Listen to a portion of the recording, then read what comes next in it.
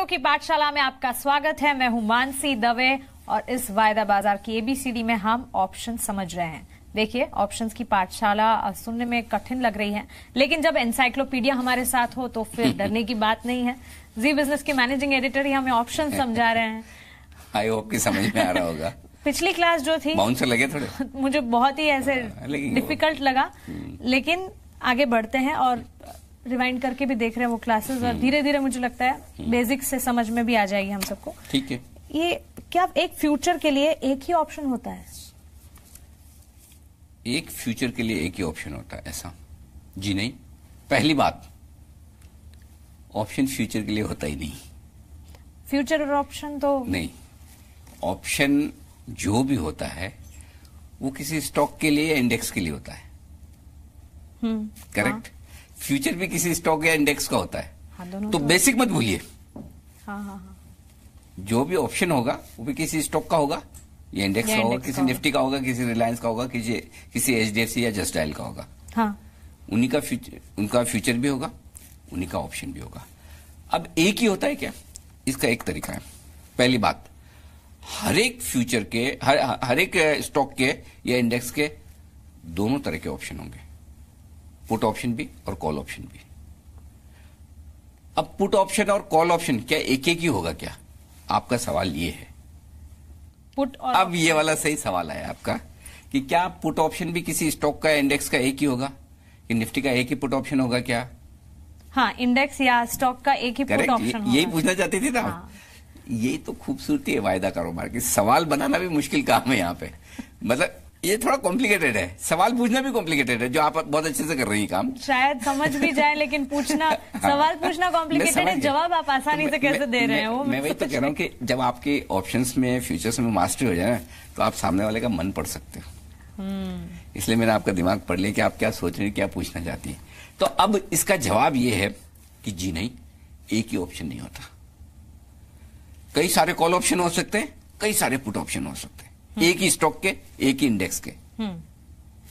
ये जितने हो सकते हैं। एक ही स्टॉक, एक ही इंडेक्स के कई सारे कॉल भी हो सकते हैं, ढेर सारे पुट भी हो सकते हैं, ढेर सारे। बिल्कुल। क्या? लेकिन एक ऐसा सवाल मेरे दिमाग में आ रहा है कि हम फ्यूचर एंड ऑप्शन को साथ ही में क्यों, मतलब फ्यूचर एंड ऑप्शन इन दोनों को साथ में क्यों बोलते हैं फिर? हाँ, साथ में इसलिए बोलते हैं कि दोनों ही वायदा कारोबार की कड़ी है। बेसिकली इसका नाम है डेरिवेटिव्स। ये जो बाजार है पूरा, ये डेरिवेटिव्स या वायदा कारोबार है। अब डेरिवेटिव्स कारोबार के, वायदा कारोबार के दो सेगमेंट है।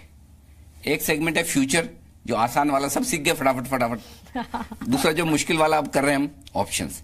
इसलिए फ्यूचर्स एंड ऑप्शंस भी बोलते हैं, एफएनओ भी बोलते हैं। और इसलिए हमने एफएनओ की पाठशाला रखी। तो हम फ्यूचर्स भी सिखा रहे हैं, ऑप्शंस भी सिखा रहे हैं। बट बेसिकली इसको हम वायदा कारोबार की पाठशाला भी रख सकते हैं, है ना। ये दोनों से मिलकर बनी। अब जो आपका पिछला सवाल था कि भाई क्या एक ही ऑप्शन होगा क्या? जी नहीं, अलग अलग ऑप्शन होते हैं। और ये अलग अलग ऑप्शन, पुट या कॉल, कौन से होंगे,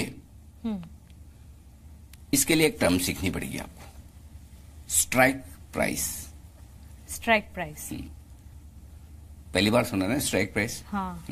कोई बात नहीं। समझिए, निफ्टी चल रही है आपकी 11,000। ठीक है। अब आपको कॉल ऑप्शन में ट्रेड करना है। ठीक है। कॉल ऑप्शन क्या है? खरीदने का अधिकार। खरीदने का अधिकार। आप मार्केट में जाएं और आप ये कहें कि मुझे निफ्टी खरीदना है। हाँ। 11,000 में, या मुझे 11,100 में खरीदना है, या 11,200 में खरीदना है। ठीक है जी। तो एक तरीका तो क्या है, आपके पास गए, आपने फ्यूचर खरीद लिया और आप तेजी की उम्मीद कर रही हैं। हाँ, तभी आप हाँ। खरीदने का हक चाहती हैं। जी। ठीक है। तो ऐसी सिचुएशन में आप क्या करेंगी? आपको लग रहा है कि निफ्टी बढ़ेगा, अभी 11,000 है, 11,200 तक जा सकता है। जी। ठीक है। तो आप ऊपर की प्राइस में जब निफ्टी जाएगा तो आप 11,000 में खरीदना चाहती हैं, राइट? तो आप क्या करेंगे? 11,100 या 11,200 की स्ट्राइक प्राइस का कॉल ऑप्शन खरीदेंगी। जब निफ्टी 11,000 है तब? ठीक है, 11,000 की स्ट्राइक प्राइस का कॉल ऑप्शन खरीदूंगी, क्योंकि मुझे लगता है कि अच्छा, आने वाले इससे पहले मैं एक चीज और आपको, अच्छा एक बार इसको भूल जाइए, मैं आपको अलग से समझाता हूं। पहले ये समझा दूं कॉल और पुट ऑप्शन का तेजी और मंदी से क्या कनेक्शन है, फिर आपको ये स्ट्राइक प्राइस ज्यादा इजी समझ में आएगी। हाँ ठीक है। कॉल ऑप्शन क्या है? राइट टू बाय, हाँ, खरीदने का हक। आप खरीदने का हक कब चाहते हैं? जब तेजी की संभावना हो, भाव बढ़ने की संभावना हो। बिल्कुल। तो आपको तेजी करनी है तो क्या करना है?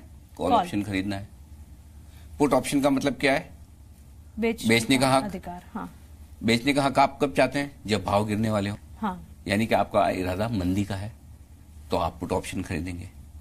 लेकिन जो ऑप्शन बायर कर रहा है उसका विपरीत ऑप्शन सेलर करता है। अगर आपको मंदी करनी है तो आपके पास एक ऑप्शन तो ये है कि आप पुट ऑप्शन खरीदें। हाँ। दूसरा ऑप्शन ये भी है कि आप कॉल ऑप्शन बेच दें, है ना? एग्जैक्टली। तो जो आदमी कॉल ऑप्शन खरीद रहा है वो तेजी कर रहा है, जो आदमी कॉल ऑप्शन बेच रहा है वो मंदी कर रहा है, जो आदमी पुट ऑप्शन खरीद रहा है वो मंदी कर रहा है, और जो आदमी पुट ऑप्शन बेच रहा है वो तेजी कर रहा है। तो आप एक ही ऑप्शन में तेजी और मंदी भी कर सकते हैं, दूसरे में भी तेजी और मंदी कर सकते हैं, कॉल में भी तेजी मंदी कर सकते हैं, पुट में भी तेजी मंदी कर सकते हैं, और फ्यूचर्स में तो कर ही सकते हैं। ठीक है, बहुत सारे ऑप्शंस है ऑप्शन में। एब्सोल्युटली। मैं बोल रहा हूं ना, कॉल, पुट और एफएनओ और कैश का मिला के लाखों स्ट्रेटेजी बन सकती है, लाखों। मतलब हमारे ह्यूमन माइंड के बस के बाहर की चीजें हैं कई सारी। अच्छा, ये आपको तेजी और मंदी समझ में आएगी। अब मैं आपको स्ट्राइक प्राइस समझा देता हूं जी। स्ट्राइक प्राइस क्या होती है? अलग अलग भाव है जिन पर ये ऑप्शन ट्रेड किए जाते हैं। ये भाव कौन से हैं और कैसे आते हैं ये डिसाइड करता है एक्सचेंज। समझिए, निफ्टी है, 11,000 चल रहा है जी। निफ्टी की स्ट्राइक प्राइस हर 50 पॉइंट पर है। अच्छा, इसकी स्ट्राइक प्राइस का भी कोई ऐसे डिसाइडेड फैक्टर है कि 50 पॉइंट पे ऐसा? बिल्कुल, निफ्टी की 50 पॉइंट फिक्स है। 11,000, उसके बाद 11,050 का ऑप्शन ट्रेड करेगा, उसके बाद 11,100 का ट्रेड करेगा, या 10,950 का करेगा, 10,900 करेगा, 10,850 करेगा। ठीक है, तो जब 11,000 हर 50 पॉइंट नीचे ऑप्शन की स्ट्राइक प्राइस होगी, कॉल की भी होगी, पुट की भी होगी। ठीक है, लेकिन जब 11,000 है, मुझे लगता है तेजी होगी, तो मुझे 11,050 का स्ट्राइक प्राइस। एग्जैक्टली। अच्छा, तेजी का इरादा है और कॉल ऑप्शन खरीदना है, ऊपर की प्राइस का खरीदो, और वो भी 50 डायरेक्ट 100 का भी खरीद सकते हो, 200 आपकी मर्जी पे है। आज 11,000 ट्रेड कर रहा है, आपको तेजी करना है, आप 11,000 का भी खरीद सकते हो। 11,050 खरीदो, 11,100 खरीदो, 11,200 खरीदो। ये कौन सा खरीदना है ये हम आगे बताएंगे जब आप थोड़ा ट्रेडिंग करने लायक हो जाएंगे, अभी तो समझिए खाली। ठीक है, तो इसलिए ऑप्शंस, कॉल ऑप्शंस नीचे के भी होंगे, ऊपर के भी होंगे। ठीक उसी तरह पुट ऑप्शन भी 11,050 के भी होगा, 11,100 का भी होगा, 11,200 का भी होगा, 10,800 का भी होगा, 10,850 का भी होगा, 10,900 का भी होगा। ठीक है, तो आमतौर पर निफ्टी में 500 पॉइंट ऊपर, 500 पॉइंट नीचे, इस रेंज के ऑप्शंस लिक्विड रहते हैं, ट्रेड होते रहते हैं। ये फिर मैं आगे आपको और अच्छे से बताऊंगा, लेकिन फिलहाल ये समझ लीजिए अलग अलग तरह के ऑप्शंस होते हैं, एक ही स्ट्राइक प्राइस नहीं होती, और जो अलग अलग प्राइस के ये होते हैं उनको स्ट्राइक प्राइस कहते हैं। स्टॉक्स की स्ट्राइक प्राइस और अलग होती है, वो हम आपको बताएंगे आगे। ठीक है, तो स्ट्राइक प्राइस समझी हमने, ऑप्शंस को खरीदना कैसे है ये आगे अब समझने की कोशिश रहेगी। आप बने रहे हमारे साथ। नमस्कार।